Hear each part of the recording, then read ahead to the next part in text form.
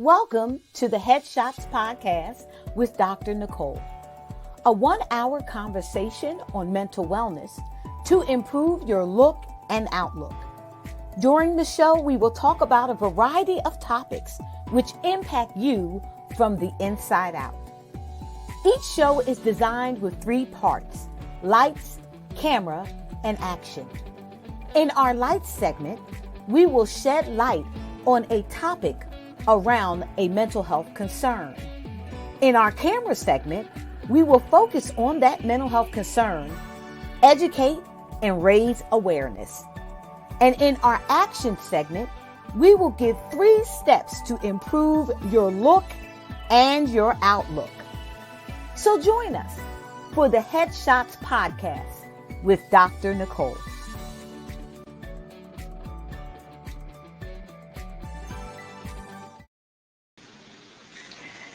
Good evening, everyone, and welcome to the first edition of the Headshots Podcast.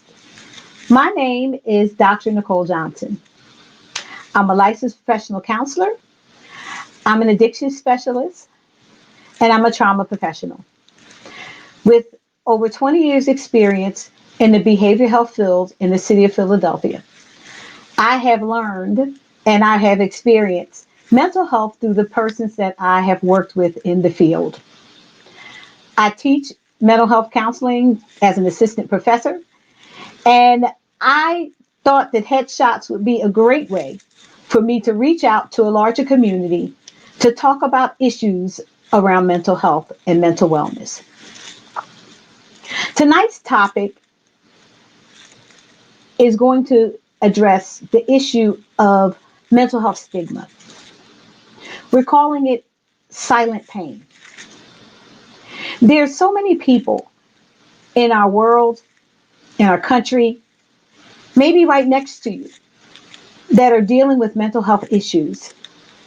And a lot of times people may not know what to do, how to reach out. They may not even understand the very symptoms that they're experiencing. So tonight on Headshots, we're going to take lights, camera, and action on the topic of mental health issues and the stigma of mental illness. According to the World Health Organization, 1 in 5 people are impacted by a mental health disorder. Most common disorders are depression and anxiety. To our viewers tonight, I want to say that we're going to talk about these topics and we're going to delve in to some of the symptoms. We definitely do not want to go full force into a diagnosis because this is not the right platform for that. But we're going to give you some signs and some symptoms, some things to look for that will give you information to know that maybe it's time to go and receive a checkup. So please like, please share. Thank you for joining me. Thank you to the replay audience. I really appreciate you coming on and being with me for this edition of Headshots. 1 in 5 people.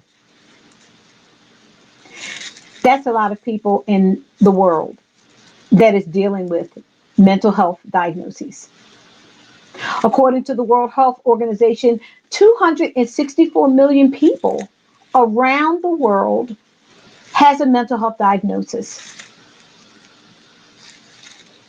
264 million. That's a large number. And so mental health concerns is a public health issue. Mental health disorders include names that you may have already identified and may know, things like depression and anxiety, bipolar disorder, schizophrenia. But it can even go to other disorders such as developmental disorders such as autism, some disorders like attention deficit hyperactivity disorder. And so we want to take some time to evaluate in this light section of Headshots, to evaluate what are some of the symptoms that you may notice in a family member, in a friend, or even yourself. What should I be looking for? How will I know it's time to get a checkup? While we review some of the symptoms, we want to keep in mind that we don't want to diagnose anyone. We don't want to look at someone and pick out one or two symptoms and say, oh, you definitely have schizophrenia. Oh, you definitely have depression. But much rather, I wanted to share this information so that we can all be caretakers for one another. In this time of the pandemic, with racial injustice, with election stress, with everything, financial troubles, everything that's going on, how can we, as individuals, as friends and family, co-workers, peers, how can we look out for one another and make sure that we're mentally well? And so, according to the American Psychological Association, you should seek help if you are having these problems. And if these problems are lasting more than a couple of weeks, if these problems are interrupting your ability to do your daily activities, such as wake up in the morning, take your shower, get your meals prepared, if you're not able to go to work or school, if it's impacting your relationships with family and friends, if you're finding yourself not as interested in the activities that you usually love to do, then maybe it's time to get a checkup. So let's talk. Let's shed some more light on some of those symptoms.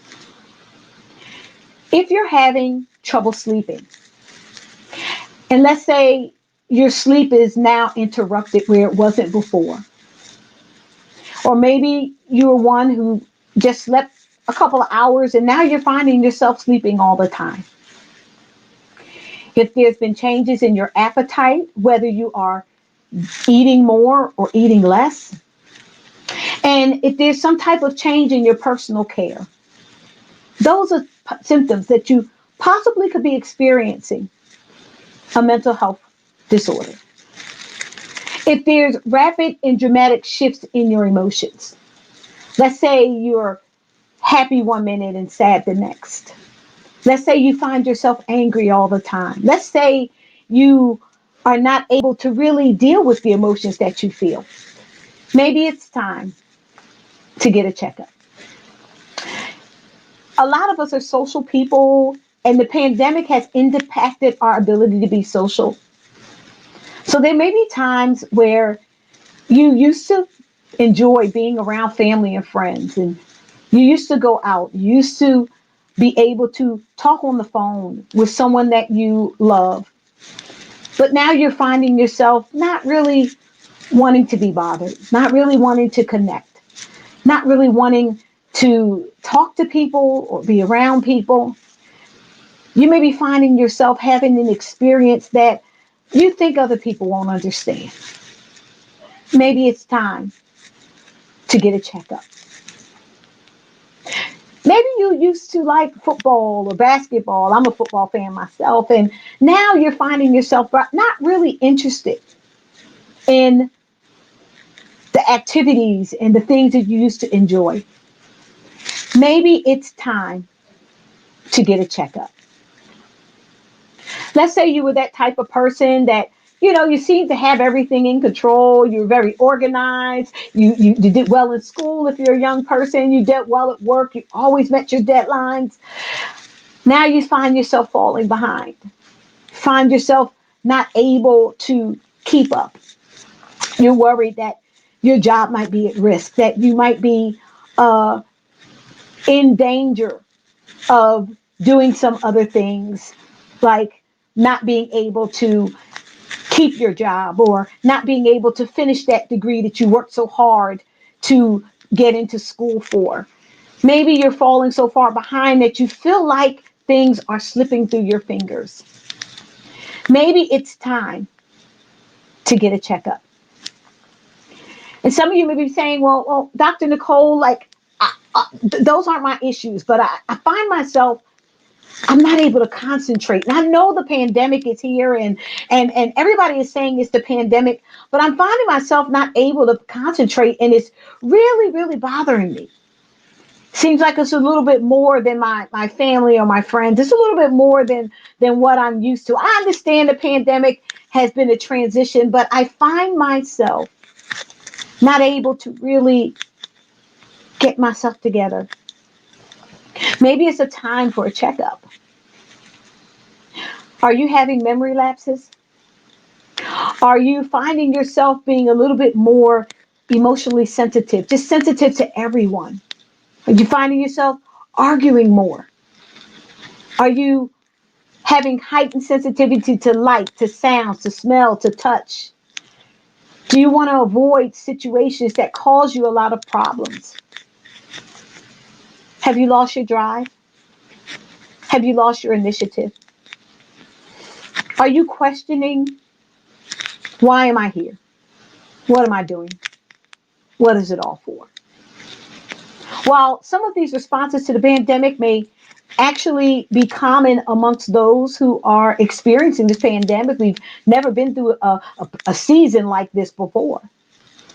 But if these symptoms that I have outlined are occurring right now in your life or in a loved one, maybe it's a time for a checkup. Sometimes we don't want to talk about mental health issues. There is such a stigma around them. And we need to understand that mental health is a part of physical health. Mental health is health in our mind, health in our brain, health in our overall being. And a lot of times we talk to people and we say, have you gotten your checkup? Have you gone to the doctor? Have you seen and checked in on how your arm is doing, how your blood sugar level, how your high blood pressure? But friends, let's begin to encourage one another to go check in and see how our mind is doing. How is your brain doing today? How are your thoughts doing? How is your energy level? Maybe you need a checkup. So there's so many people experiencing mental health issues, and I gave you some outlines and some things to look out for. If you're not able to get up like you normally would, if you're not able to do the activities that you are used to doing, it's time to get a checkup. And so many of you may be saying, well, Dr. Nicole, I I think I'm okay. I think I can manage it. I think I'm going to be fine. Everybody's going through something right now. The pandemic is here and, everybody's going through something. But the question is something that you're experiencing right now something that's just going to go away in time? Or is it something that needs the attention of a trained professional? Someone that can help you through this time and can help you to wellness. So, what I would like to do is really talk to you about the stigma. We find that between the time a person notices or has a manifestation of a mental health symptom to the time that they often engage in treatment with a mental health professional, it can be upwards to 5 to 7 years. Can you imagine having symptoms, waiting and expecting them just to go away, just to disappear? Waiting and thinking that, oh, when I wake up tomorrow, things will be better. I won't have to go into the doctor. I'm not crazy. I'm not crazy. I know I have a doctoral degree. I have a graduate degree. I have a job. I have a family. I'm not crazy. But this isn't about being crazy. This is about getting help.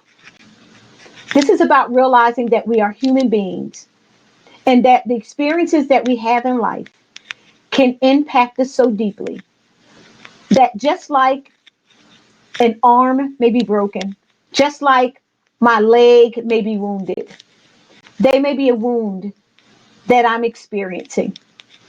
to which I need some support. I need some help. I need some intervention to be able to find that healing, that wellness, that wholeness that I'm seeking for.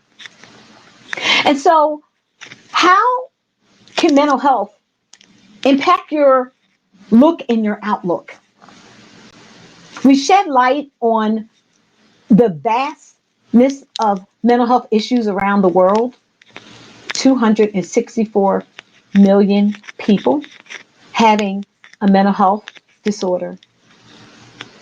We've talked about the fact that it's not just in the United States, but it's around the world.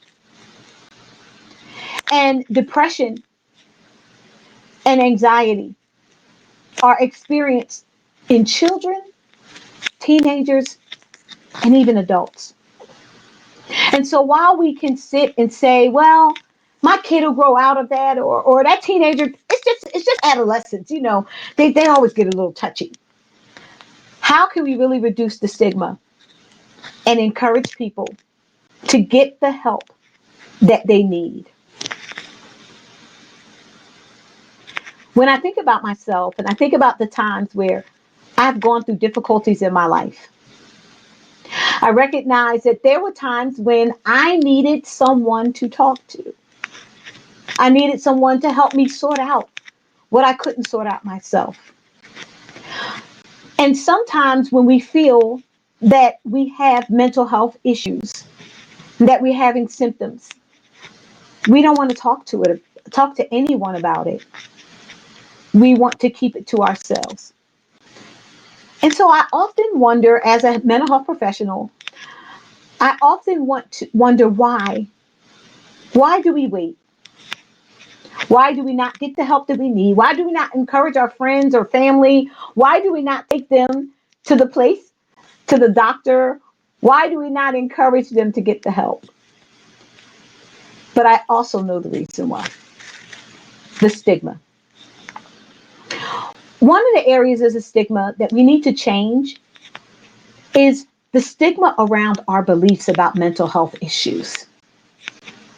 Persons who have mental health diagnosis, persons who are getting treatment for depression or anxiety or schizophrenia or bipolar disorder, they are not mentally weak. They're not weak people, and they have weak minds, and this is why they just can't get it together. And so we have to change the language. We have to change the way that we talk to and talk about persons who are dealing with mental health disorders.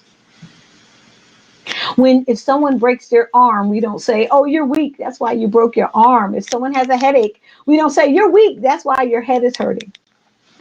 So friends, we're going to need to change the language, change the stigma around mental health, change our beliefs about what we feel about the persons. Yes, Sister Maddie, that's good. We need someone to help us sort out what we can. Absolutely. We need someone to come alongside of us and to help us figure our lives out. Just like somebody might have helped me. We want to be there for you. And so when we think about people, we think about the fact that no, people are not weak when they have a mental health disorder. There's someone in pain that needs help, that needs medical attention, that needs support, that needs some guidance, that may even at times need medication. And so if we changed our beliefs about mental health, we need to also change the belief that people can just snap out of it. Just snap out of it. You're depressed, just snap out of it. You're anxious, just snap out of it. Without judgment, right, Daiquiri? Without judgment. Without judgment. Open the door. Broaden the conversation. Make a discussion about mental health just as open in your homes and your families as the discussion about what you're going to eat for dinner. How was your day? What did the kids wear to school? Let's make the discussion about mental illness just as open as we are talking about everything else that occurs in our life. And so, if we understand that people are not weak that have a mental health disorder, then we also have to understand that people just can't snap out of it. They need help.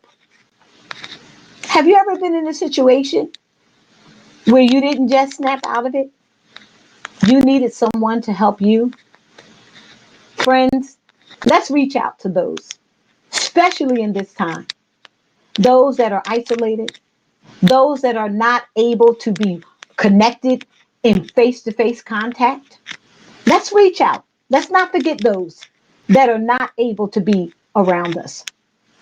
Another reason that we need to address this stigma in our beliefs is because there are people who actually believe that mental health is or mental illness is not a real illness. That it's not like a physical illness, it's not like a disease, it's not like something that really needs a doctor or really needs treatment or at times can really need medication. And that those three beliefs, that people are weak, that people can just snap out of it, and that it's not a real illness, those are false beliefs that need to change. They're part of the reason that we have stigma. They're part of the reason why people are not forthcoming when they have a mental health symptom. The next thing we need to take into consideration is that stigma, if we keep these beliefs around mental illness, around people being weak, about that they could snap out of it, they're just doing this for attention, it's not a real illness, then it turns into prejudice. We can work on a job with someone who has a mental illness and believe that the days off that they're receiving is just days off that they shouldn't receive. We can work with a coworker who asks for our assistance, and we can become really cold towards that coworker because we believe they don't really need our help. We can look at our children and look at family members, and we can begin to become prejudiced against them, thinking that, oh, they don't need our help and they don't need our support because the illness is not seen. It's not a mark on my arm. It's not a cast on my leg. It's not a band on my wrist. But mental illness is an illness that is not seen to the naked eye. I can't look at you initially and say, oh, you have whatever disorder. But as I connect with you, as I watch you, as I notice the symptoms and the signs, then I can know that mental illness is a real illness. And so, therefore, friends, we can't discriminate against those who are dealing with mental illness just because we are not able to see it. We don't see a mark. They don't have a sign on their head saying, I have a diagnosis of depression or schizophrenia. And so, with that, stigma begins to turn into prejudice. And we are prejudiced against people because we may not believe what the person is actually saying. When the person is saying, I can't get up in the morning, I can't get up out of bed, we may actually believe that that person is lying, that they're not telling the truth. And friends, this is not the way that we should engage someone who is thinking about mental health, who is dealing with mental health. We need to connect with that person and we need to make them feel open and accepted, even in their challenges. And what happens when we don't change our beliefs about mental health issues and when we allow the stigma to turn into prejudice is that that stigma turns inward to the person who has a mental health disorder and it becomes a self stigma. So that person who is having these symptoms of mental illness who is noticing that something is not the same, who is feeling that they wish they had someone to talk to about it. Now they begin to feel negatively because they begin to question themselves. What's wrong with me? Something must be wrong with me because I can't shake it off. What's wrong with me? Something must be wrong with me. It's been 3 weeks now and I'm still depressed. What's wrong with me? I should be able to get over this. And what we need to understand is that persons who are experiencing mental health illness can begin to stigmatize themselves, meaning that they feel negative about themselves.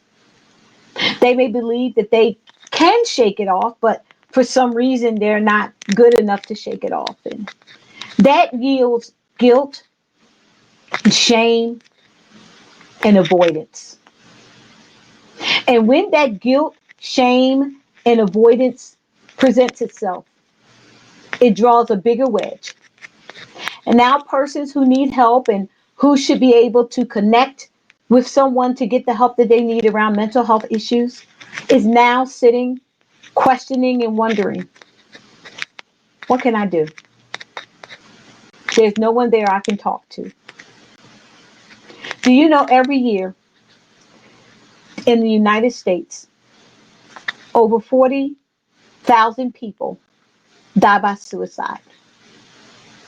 And we know that the majority of those who die by suicide have undiagnosed or untreated mental health issues.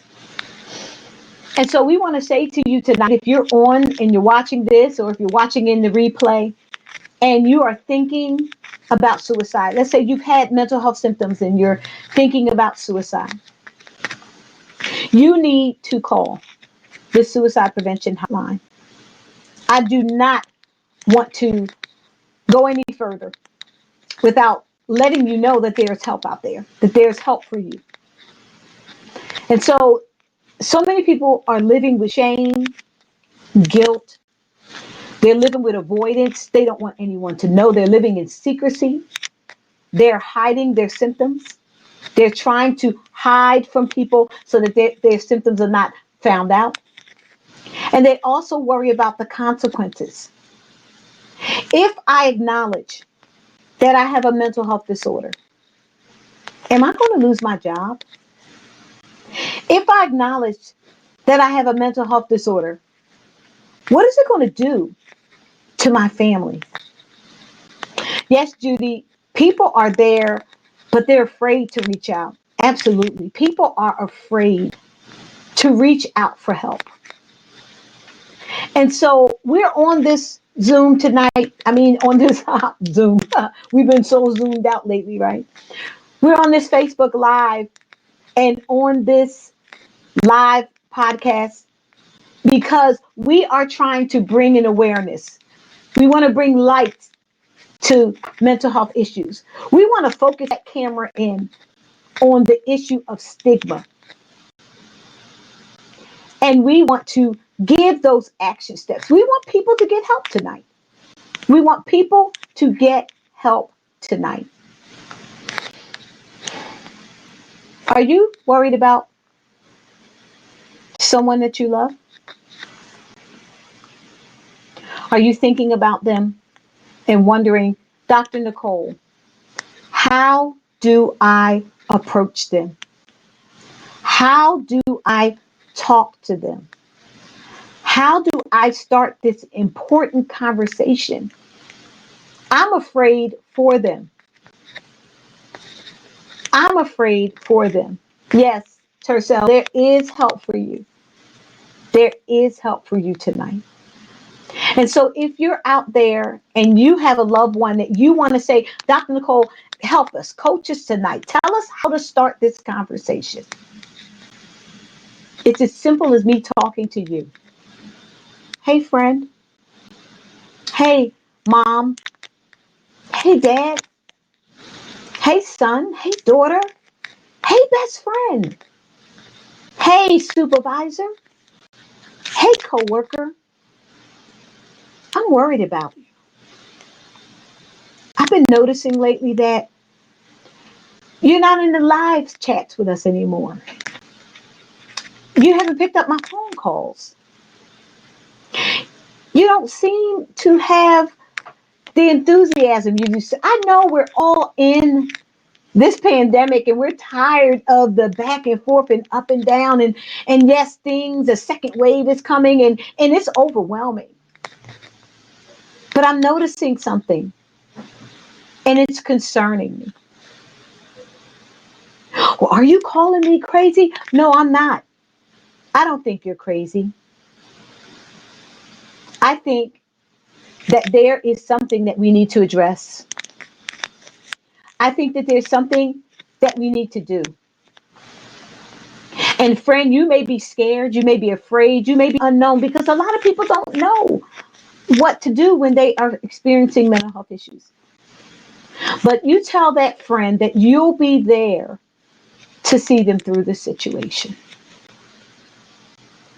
I when I was thinking about doing this podcast and it's been on my mind for a couple of years, believe it or not.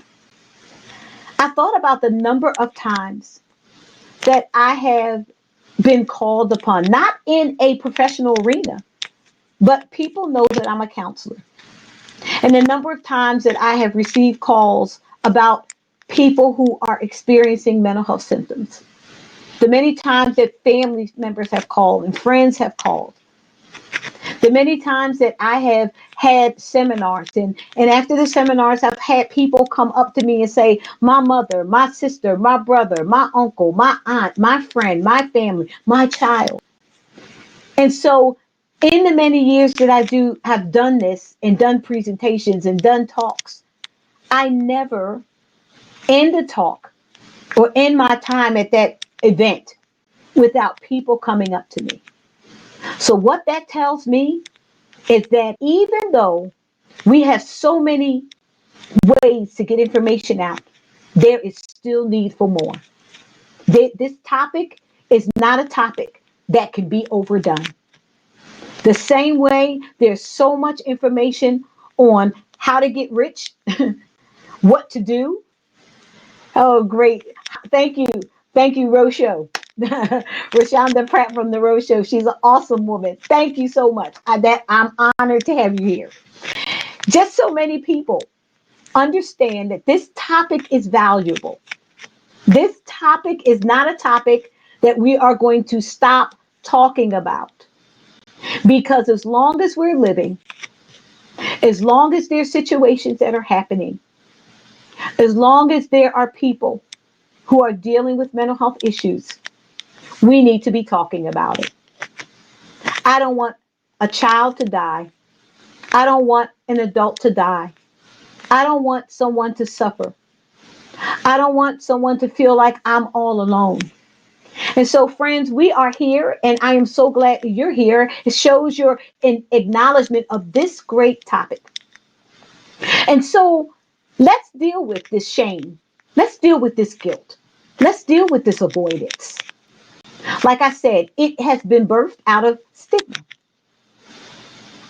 When we watch the language that we use when we talk to one another, if someone does something out of the ordinary or something that may be a little eccentric, we use words like they're crazy. This perpetuates, friends, the stigma. When we say, oh, you shouldn't go there, they're not going to do anything but pump you up with medicine. We are perpetuating stigma. When we tell people, and even to my believers and my loved ones in the faith community, when we tell people, all you have to do, that's it, just go up to the altar and it'll be all right, without giving some support, how, because some people need to know they believe it's all right, but how do I walk through this all right life? How do I walk this thing out? How do I walk it through? We need to provide that support. And I'm always reminded of the example of Jesus for those who are in the faith community. Whenever Jesus healed anyone in the Bible, he gave them instructions afterwards. He said, go your way and sin no more. Take up your bed and walk. Go show yourself to the priest. After he healed them, he gave them instructions of what to do next. And so, my friend, we will believe that people are going to be healed. If that's your faith belief, if that's your faith tradition, you believe people are going to be healed. But as they are seeking their healing, let's join in and get them to the support that they need. Get them to the help that they are needing. And so you've had that conversation, and now that person is engaging in mental health services. What else are you to do? You to be there, help support them. Even after they engage in treatment, they're still going to need you. They're still going to need family members. They're still going to need friends, whether that engagement in treatment is outpatient, where they may go once or twice a week to talk to a therapist, whether that engagement includes medication to help with moods or help with concentration or help with focus. Even if that intervention is a hospitalization, they're still going to need you, friends. They're still going to need me. They're still going to need all of us to be there after the engagement in treatment. And so I'm sitting here thinking about those persons who may be on this Facebook Live, on YouTube, on the venues where this is being showed. And even those persons who will listen to this podcast as we launch the podcast, the audio podcast. And I'm thinking about how, even though you may feel that I do have a mental health symptom, and even after you engage in treatment and now you're going to therapy, what happens when it seems like, Nicole, my road, it seems to be longer than other people? My friend Mary went to treatment, and within 3 months, Mary was better. But Dr. Nicole, it's been a year. It's been 2 years. It's been 5 years. And I see myself going good, and then I have a little regression. Good and a little regression. That's right, Jason. These are the times we need each other. These are the times in which that support system can really help someone navigate through wellness, through their recovery. And so, as we are going forward, I definitely want to leave you with some action steps. We've had our light segment, which has given us a light on this topic around mental health, the prevalence of mental health, and also the prevalence of the stigma around mental health. And then in camera, we focused in on why is there so much stigma when so many people have mental health symptoms. Now let's move into action. What are we going to do? Whether you're watching live or in the replay, whether you come along this week, next week, or even when we launch the podcast, what action can we take not only to be a voice for those who are dealing with mental health symptoms, but also to be a resource and a support? The first thing we can do, friends, is change our thoughts. I don't know how many people have come in and come out. I don't know how many people are going to watch this, but I do know that you have a perspective when I say mental health disorder. some type of thought pops in your mind, whether it is a thought of empathy, whether it's a thought of denial, whether it's a thought of hope and gladness. We need to reflect on what we think about persons who have mental illness, what we think about persons who are experiencing mental health symptoms. And we need to change our own personal narrative. Right, Madeline? Change our thoughts. Once we change our thoughts, friends, we will definitely change our language. We will begin to speak hope, begin to speak peace, begin to speak wellness. We will begin to encourage people to check in, to get the help that they need when they need it. And then as we change our thoughts and change our language, step number one is we're going to go into action. What is that action step that we're going to take after we change our thoughts and change our language? We're going to get those persons who have mental health issues to the help that we need. So action step number one is all encompass. It may sound like 3 steps, but this is a big step. Change your thoughts, language, and actions towards persons who have mental health issues. Change the way we engage. That's right. Go into action. It's time to move on this topic.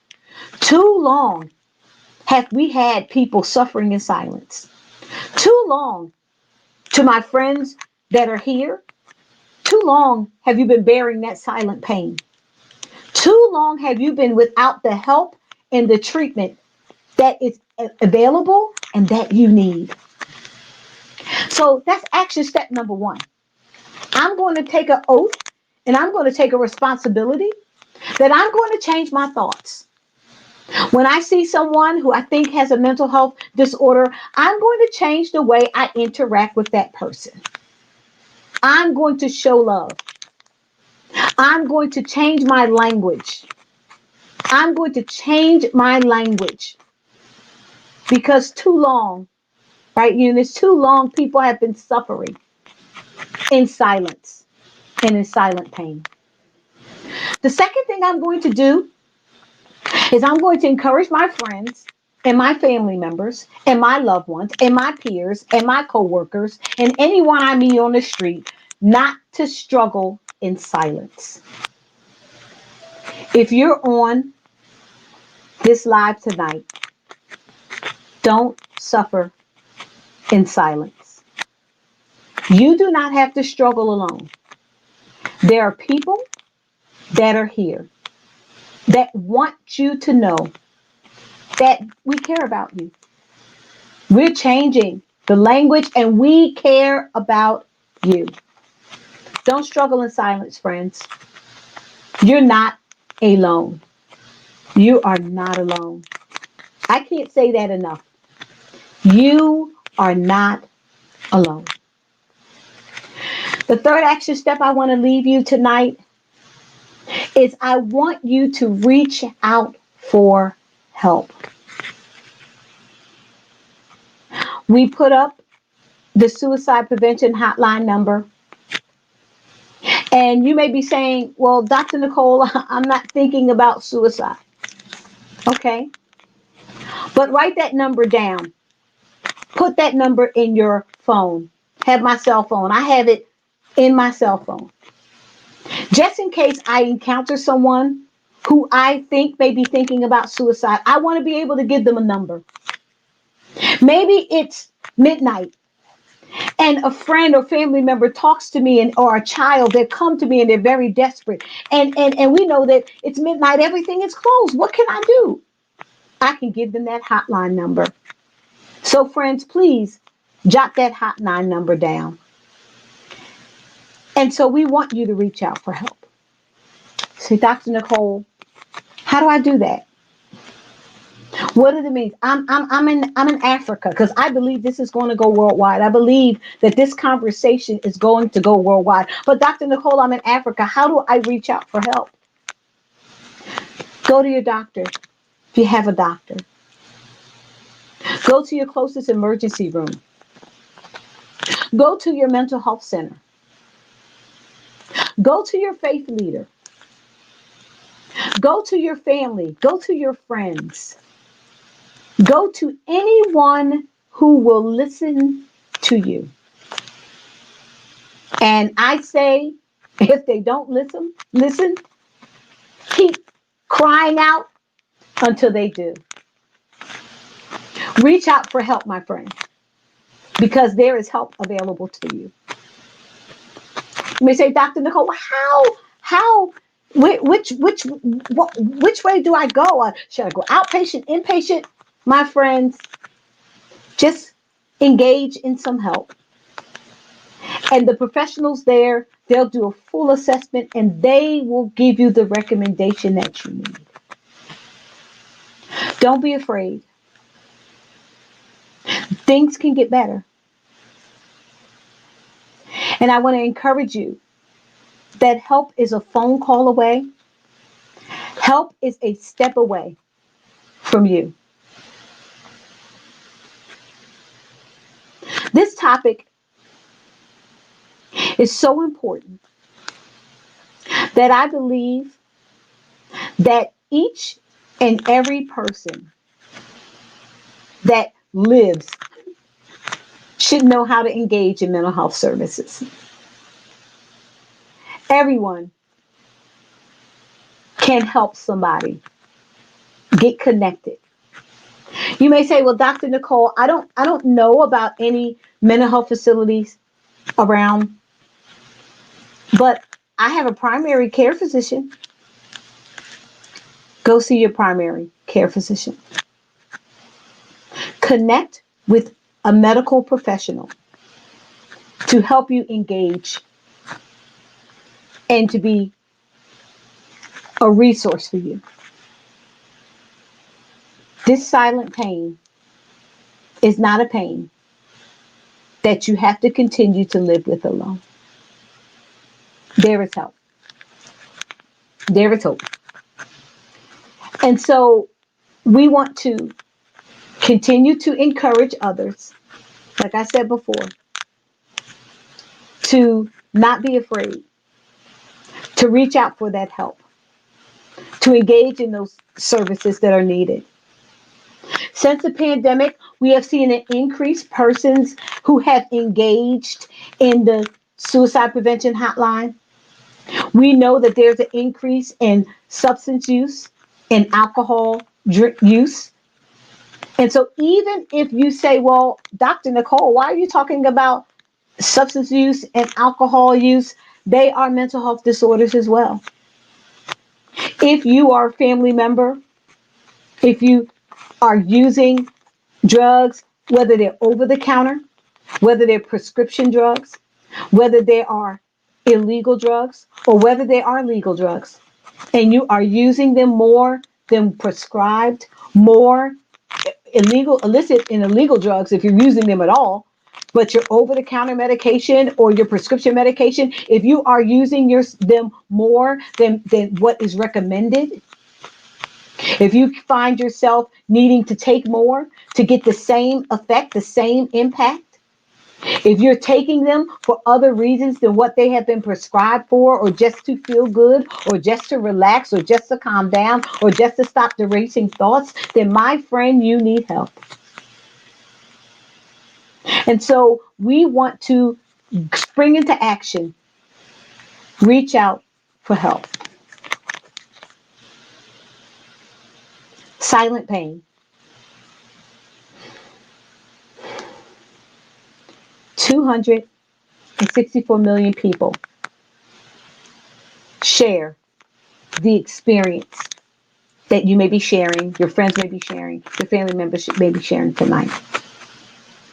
And so I hope that the lights that we have brought to this topic, I hope that our camera view, our focus view, and I hope that our action has encouraged you tonight to know that this is not a topic that we're going to let go of. For the next 7 weeks in this first season of Headshots, we will be continuing to talk about issues around mental health disorders. And so we want you to continue to tune in. We want you to continue to come along with us. Please share your comments. We thank you for all your comments. Thank you for sharing your experiences.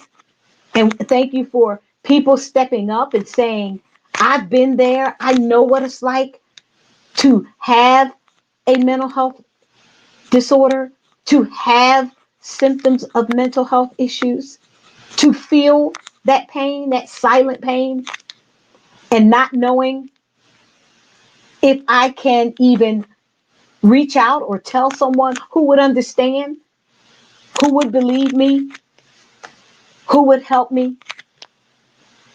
And so we're going to continue this conversation. We're going to continue to talk about mental health. Thank you so much. It is needed. It's needed.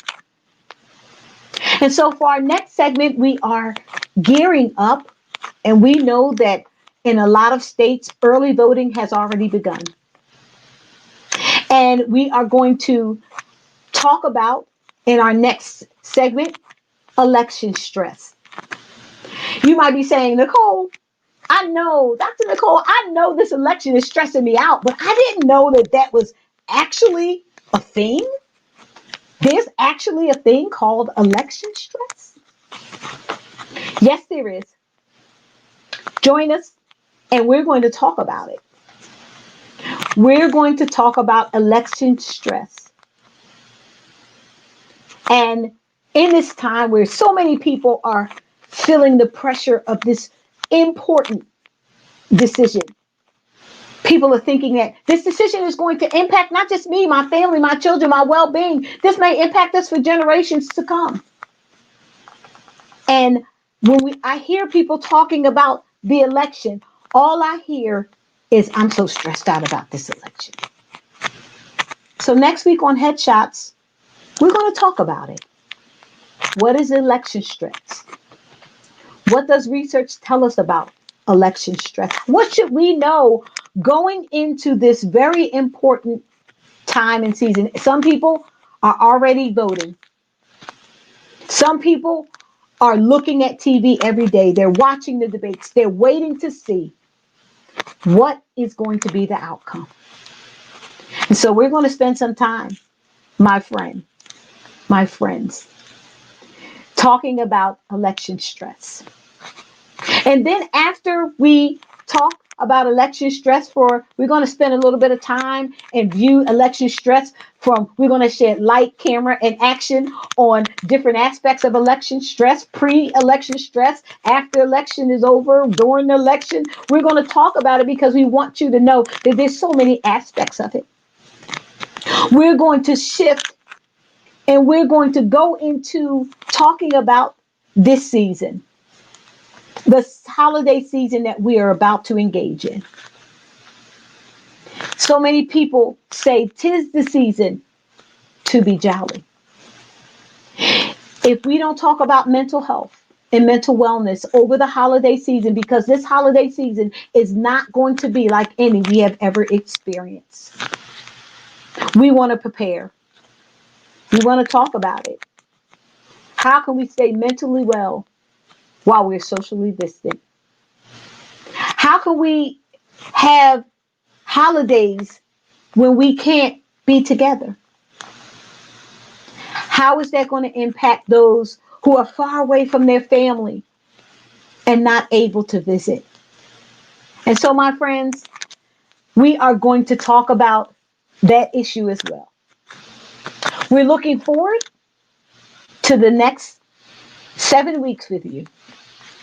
We're looking forward to bringing you some topics around mental health and mental wellness that, like I said, will change your look and your outlook. I have a lot of sayings, and one of the sayings that I say that I often teach students is that your mind is a movie and your face is the screen. And so Headshots is really trying to help your look, because we're going to help your look, and then it's also going to help your outlook. Friends, I thank you for joining with me on this journey. I thank you for your support, and I will see you next time on Headshots with Dr. Nicole. Thank you so much. Please send us an email. Please connect with us. Send us a message through Messenger. If you're watching this in the replay, thank you so much for watching, for tuning in. Let us know.